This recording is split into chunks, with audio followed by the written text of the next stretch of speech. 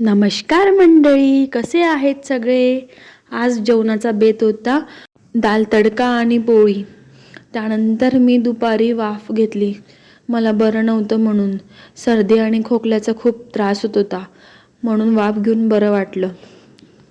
आणि संध्याकाळी गेलो होतो, आम्हाला फ्रेमसाठी फोटो काढायचा होता. मग स्टुडिओला गेलो. आमची चुचू सगळ्या ठिकाणी खूप असते, पण तिथं अजिबात स्माईल नव्हती.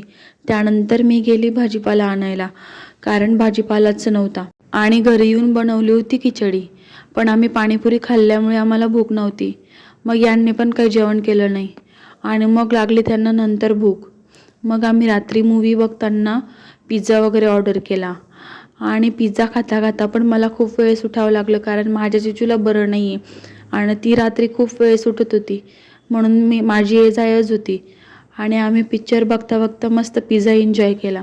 चला तर मग असा होता आजचा माझा दिवस. बाय.